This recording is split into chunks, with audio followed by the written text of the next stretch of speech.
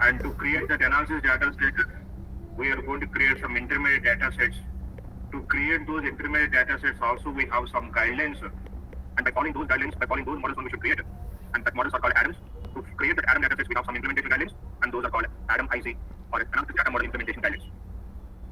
I told you right now, we are following ADAM IC 1.2 and we are following ADAM version 3.0. And what do you mean analysis ready? I told you analysis ready nothing but one block away. Directly, the data set on the data set you should be able to use a statistical procedure and you should get the result.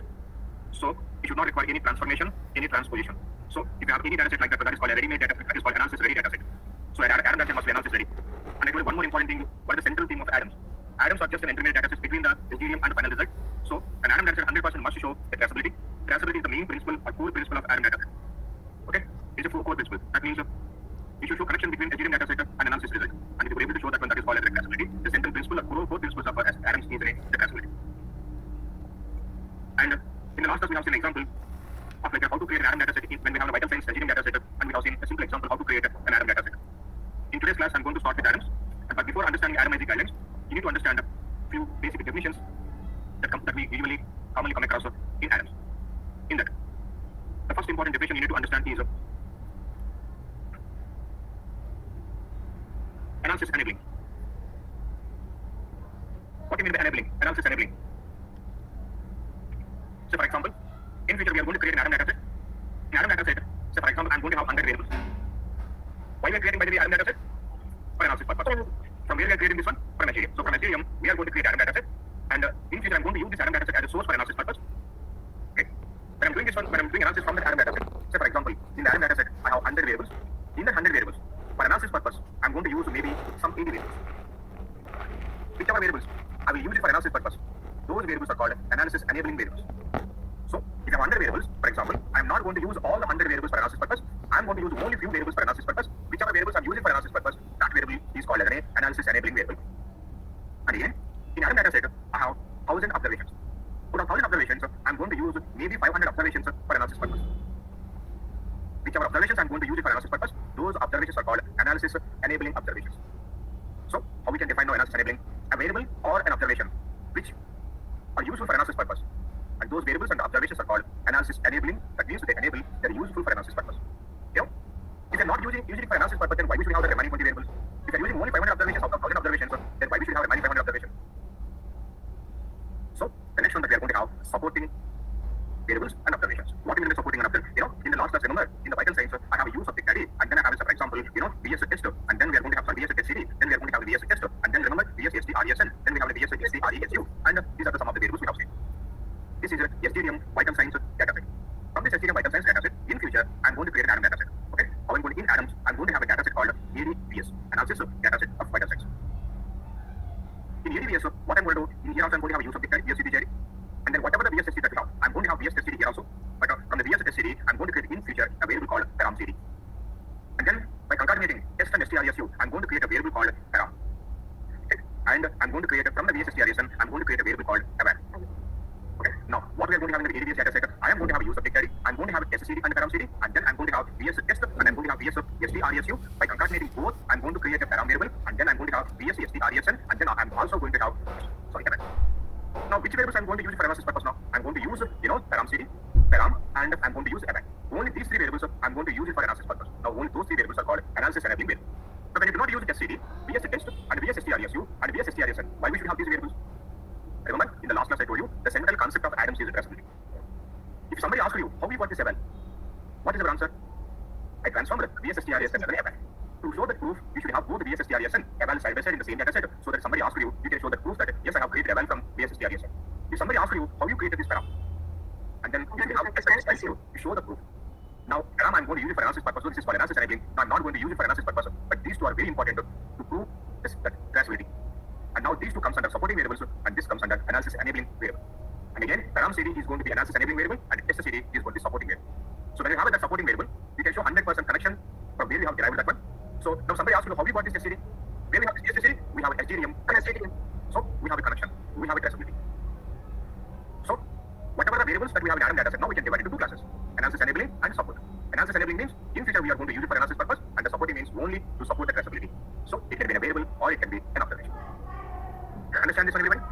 Now supportive or supporting analysis enabling. Here also, the next important concept that we are going to discuss is traceability. How we can define traceability? It is a property that enables us to understand the relationship between current element and its predecessor. It is a property that enables us to understand the relationship between or the linkage between the current element and its predecessor. And then current element is the predecessor from where you have created that element to show the relationship, to understand the relationship, and the traceability is helping us to understand the relationship. And I told you in the last class how we got the difference in systolic blood pressure. Now we are going to show the analysis report. In the analysis report, I will ask you the question. How we got this analysis report? Then you are going to show me I have eval value, base value, so that I created. You are going to show me Adam data set. Then I ask you how we got this in the Adam data set, and you are going to show me how we got this information from where? From SCM data set. I am going to ask you how we got this information in SCM data set. Then what you are going to do? You are going to show me the data set. I ask you the question how we got this information from data set. Then what you are going to do? You are going to show me yes, we got this from database. And I ask you the question how did you get this database? And you are going to show this CRF sheet or EDC, electronic data capture or CRF sheet. Electronic data capture or CRF sheet. And the CRF sheet is what you are going to do? You are going to show me the instrument or device that you used to collect this information. And this is called traceability. It is the property that enables us to understand the linkage or the lineage or the relationship between the current element and its predecessor. The current element is the predecessor. Okay? And if I say this is the current element, what is the predecessor for the current data set? If Adam is my current element, assume is the predecessor. And I told you in the last class what the traceability brings us. Traceability brings us the transparency. Traceability is transparency is what the transparency will do. Transparency is going to give the confidence, or you can support, you can defend your result. Now I can be confident that I can 100% defend myself. My result is this is the result I got. If anybody asks for the proof, so they have to understand, they have to realize that one. Yes, this is the result. So traceability brings the transparency, which is very important to defend, to support your final result. Understand this one? Now, how we are going to get the traceability? We do the traceability two types. Okay, the traceability, sometimes we are going to show the traceability by data to data. For example, I'll tell you one thing. In the DM data set, we have a variable called sex. Do you know that we have a sex variable anybody? Now, what I'm going to do, I'm going to copy that variable into Adams, the data set on ADSL. What I'm going to do, I'm going to copy the same variable now into ADSL sex variable. Now, in ADSL, what I'm going to do, from the sex variable, I'm going to create a new variable called sex n. So now, in ADSL, I'm going to have both the variables, sex and sex n. So, in the sex variable, in the DM data set, we have two values, f and m. Anyway, so the same data, I'm going to copy into Adams. Here also, I'm going to have f. Here also, what I'm going to have now? M. Now, Fox is going to tell me, like, if you have an f, keep it as a 0. If you have m, keep it as a 1 as a created sex numerical variable. When somebody asks you how we got these values, I'm going to show one-to-one relationship between if the sex contains f, I have created it like a 0, if it is to m, and I'm going to show the 1. And if I show the relationship this one, I'm going to show the relationship at the data level. And the data to data map just to 6 1. And the second method of traceability is the metadata. Now there, what I'm going to do, I'm going to show what is the algorithm that you used to create this one. I'm going to show the algorithm. If you show the algorithm, that is another type of traceability. So we can do the traceability two different ways. One is at the data level, and another one is at the metadata level. Metadata level in the sense, I will show whatever the programming algorithm that I have written, I will show that. Understand this one, everybody? In Adams, here also we call column as a variable, and here also we call a row or record as an observation. And then we are going to discuss one more important concept called scope. The scope is nothing but the range, the definition that we use within the given scenario. Within a given scenario, what is the scope of that one? And then the next important definition that we are going to discuss is parameter invariant. Parameter invariant. What is a parameter invariant? Do you know what you mean by invariant? What is the meaning of invariant? Not varying, not differs. Whatever the parameter it might be. Okay, whatever the parameter. If you are using the same formula, if you are using the same function, then it is called as a parameter invariant. So, for example, again I'm going back to vital signs. Remember, if you have a vital signs data set from in ADSL, we are going to create which data set in Adams? ADVS. Now, I'm going to show you a variable called param. What kind of values we are going to have param? In the param, we are going to have, sys, we have not read a complete name. We are going to have systolic blood pressure in mmHg. I'm going to have one more parameter called diastolic blood pressure in mmHg. And we are going to have one more parameter called height in centimeters. We are going to have one more parameter called weight in LBS. And we are going to have one more parameter called temperature in degrees centigrade. This is what we are going to have. And we are going to have one more parameter called, for example, we are going to have respiration. We are going to have a pulse with beats per minute. We are going to have BMI, meter, what we call now, kg per meter square. This is how we are going to have. Okay. Now, each one is called as one parameter. Whatever the parameter it might be. Now, we are going to have two more variables. One of the variables we are going to have an eval, and we are going to have one more variable called base. Do not worry about these variables, I will tell you later. Okay, now I am going to create a variable called change. Change is equal to always the same formula. The formula is eval minus base. This formula, irrespective of the parameter, if the parameter is systolic blood pressure or diastolic blood pressure, height or weight, whatever the parameter it might be, the function is the same, the formula is same, always change is equal to what? Eval minus base. So here we have a variable called eval, we have a variable called base, now change is equal to eval minus base. Irrespective of the parameter, if you are using the same formula in the creation of a variable, and then that is called as a parameter invariant.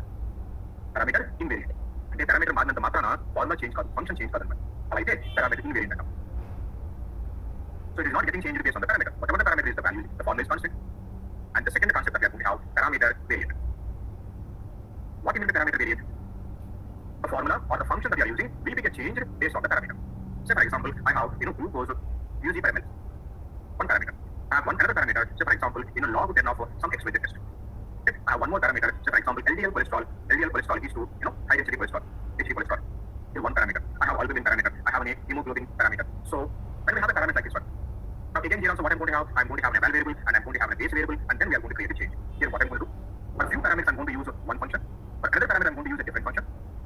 So if when you're creating a variable, if you're changing the formula or a function based on the parameter, if you're using a different functions for different parameters, and then that is called as a parameter variant. So that means the formula or the function is getting changed based on the parameter. Did you understand the difference between what you mean by parameter invariant and what you mean by parameter variant? Yes, sir. So invariant means it is not going to get changed based on the parameter. Variant means it is going to get changed from parameter to parameter. Okay, and the next one. After discussing about these important definitions, then we go with the next concept. Now, the next important that we have a concept is a parameter. Some people call it as a parameter. We can also call it as an analysis parameter. We are also going to call it as a parameter, analysis parameter, very basic. But don't go with the definition, or it is going to be a little bit confusing. We'll see how we create this parameter in the real time. Now I'm going to ask you a question. I create a parameter called sitting systolic blood pressure. Now this is the statement I'm making. What is the sitting systolic blood pressure? Now can you tell me, is sitting systolic blood pressure in mmHg, where we can find this information in STD? In which variables we can find this information? Where we can find? Which variables we can find this information? Position and test. Very good. This information we can find in a variable called VS position. And this information where we can find? This information we can find in VS test. It's not STD. VS STD, and where we can find this mmHg? STRE. Yes, sir. STRESU. Now, this is now a parameter in Adam. Now tell me, you can define now. Parameter is a concatenated product of which three variables? Position, and as well. And STRESU. Okay, now I'm going to write one more parameter here. Okay.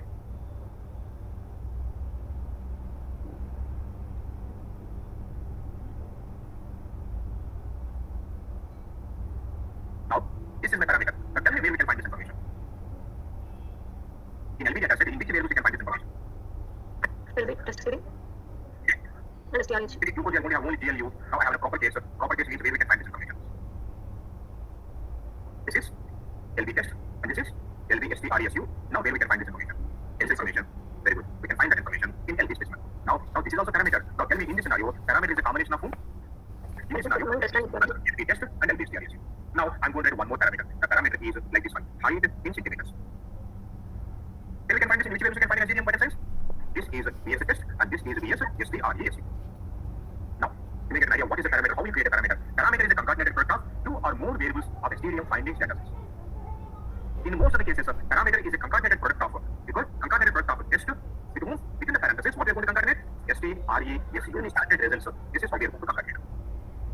So by concatenating findings test with the findings STRESU, you are going to get a meaningful question, and that meaningful question is called as a parameter. And this is a meaningful question. And this is one question, and this is a question. But sometimes, parameter is sometimes a combination of not only the findings test STRESU, sometimes we are going to concatenate position, or we are going to concatenate specimen also.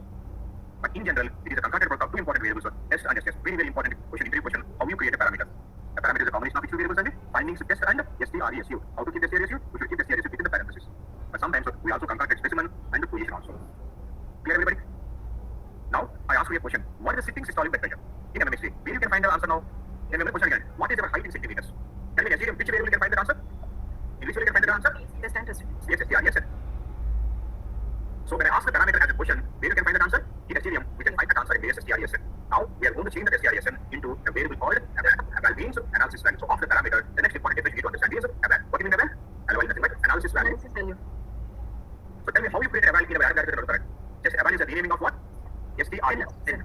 Numerical standard. And of course, we are going to have one more variable called eval C. Eval C is nothing but it is a changing of what is that called? LBSTRESC. Specific. Clear, everybody? Now, sometimes, whatever the parameter that you have created here, I told you parameter is nothing but a meaningful question. When you create a parameter here, it is the question is not complete. Now, what I'm going to do, I'm going to add a time point. Sitting systolic blood pressure in mmHg at visit 3. Now, the question is going to be even more accurate. So, what is our answer now? It is going to be very clear. We are going to give you the answer. What is the sitting systolic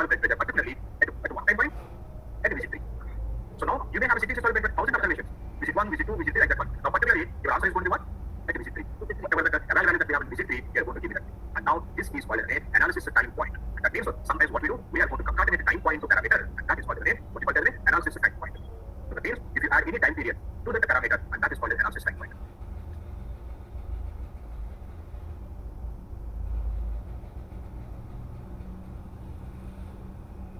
Now tell me, what are the definitions that we have seen in today's class? The first one that we have seen is Analysis enabling. what do you mean analysis enabling? If we are using that variable in creating For and analysis purpose, that is fine. That means what you can understand from the one, all the variables and all the access we don't use it for analysis purpose. Only few variables and few observations we use it for analysis purpose. Whichever variables and observations you are using for analysis purpose, those are called analysis enabling. Okay? And the next one is what is the second opposite to that one? Supportive. supporting. The supportive or supporting, which is used for Supporting is not for analysis. it is not one, but is only used for supporting purpose. Supporting. Purpose.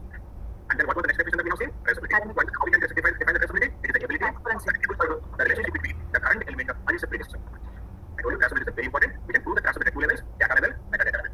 Data level is data directed one-to-one to some metadata directed what is algorithmic program that we call it will show them. And then I told you here also the record is called as an observation. And here also the column is called as a variable. And expect both is spoken now. And what is the purpose of that particular element in a particular given scenario. And then what we have seen parameter variant. Parameter variant. What do you mean the parameter variant? Irrespective of the parameter, by using the same function or same formula, then that is called as a parameter variant. Okay, 1000 observations, 1000 parameters on the study, I'm going to use the same formula. The best example is change is equal to, okay, change is equal to always it is going to be minus space. Okay. So same sum formula here, and then we are going to have parameter variant. Okay, what do you mean the parameter variant? The function or the formula will be the changes based on the parameter, that is called as a parameter variant. Understand this one? And then param, what is the name for this one? Parameter or analysis parameter. Parameter is something which is not complex. So what is the param? It is a concatenated product and STRSU of findings. But sometimes we also concatenate specimen and the position also. Because in the glucose specimen accident, glucose another quantity, let glucose different quantity, urine glucose different. And the same glucose, but we do two different samples, isn't it? So that's the sometimes we have to concatenate the specimen. And again, when it comes to the vital signs, so there's standing position to correspond to the value, sitting position to different quantity. So sometimes we are going to concatenate the position. Sorry, yeah, the position also. And the temperature for it is belong to me, and all of this will belong to me, and so it varies. So that's why sometimes we are going to add the position also. And when we have a param as a meaningful question, the answer is nothing but what? Amen. Okay, to create this event, that's STRESN. Okay, and then we are also going to have evaluation. And then we are going to have one more thing, which is called analysis time point. Sometimes we are going to add a time point to the parameter, and that is called analysis time point. Not every time, whenever we require. These are some of the important definitions we need to understand before moving into atomic guidance. Clear, everybody? Now, once you understand the definitions, next important concept is analysis data set. Do you know what you mean analysis data set? In the analysis data set, the data set that we use it for analysis purpose.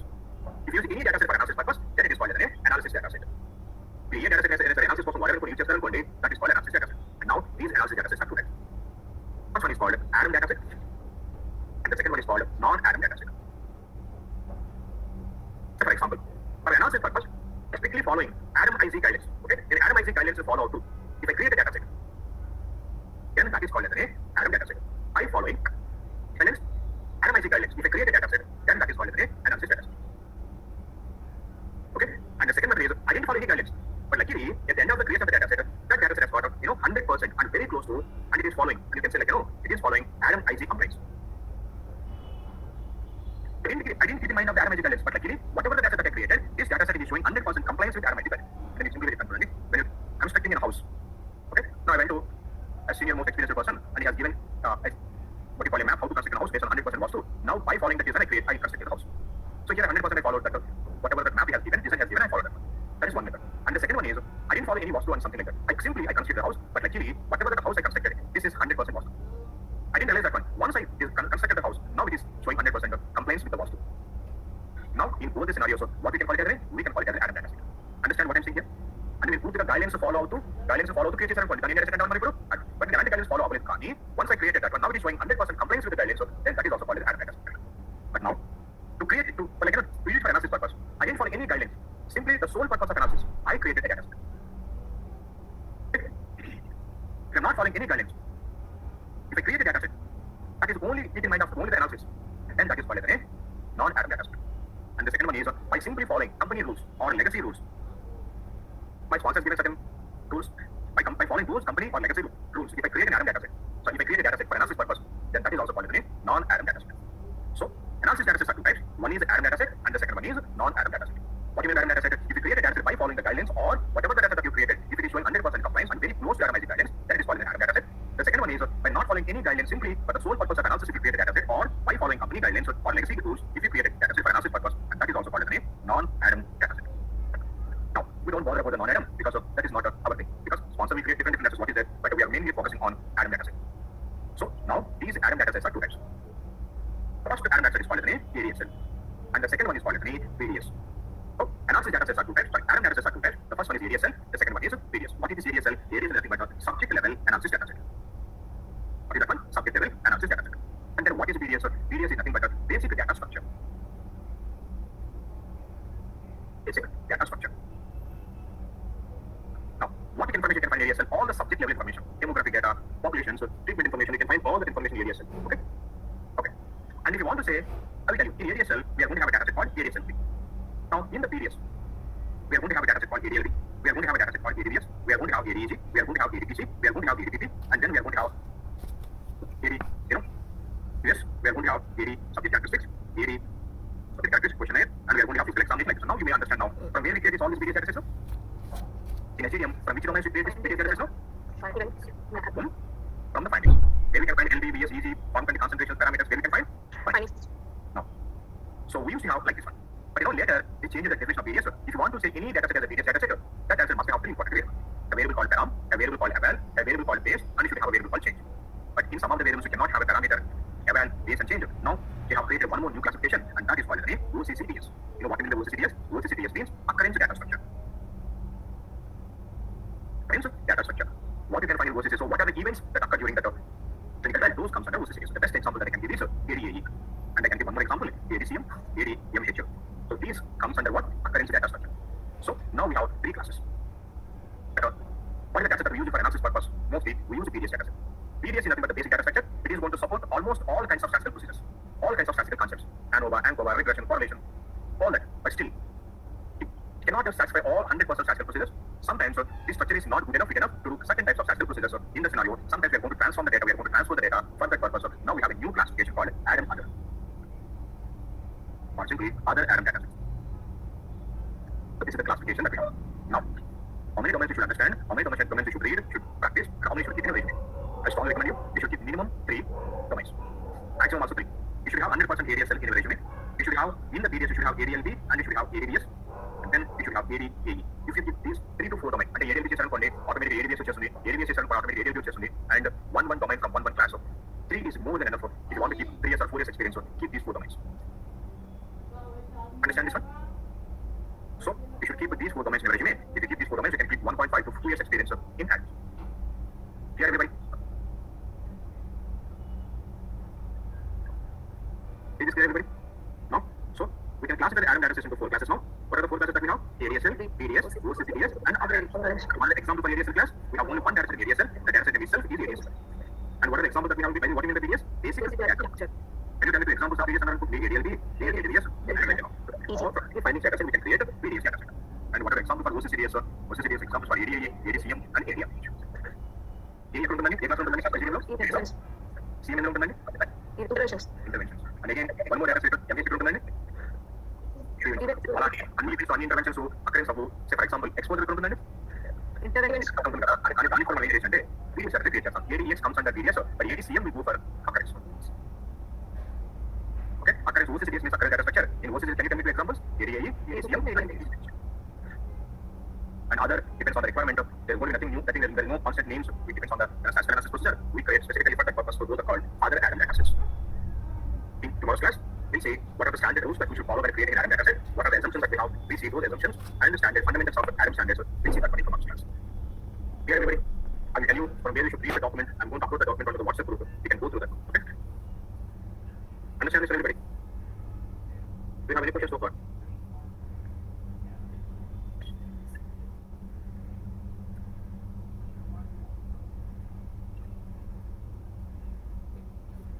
Generally, around the day, we have completed SVM, right? Now then what we're going to do now, we're discussing about Adams. Okay? Generally, after Adams, what we do, we should discuss tables, listings, if possible, graphs. This is how we should do it. Okay?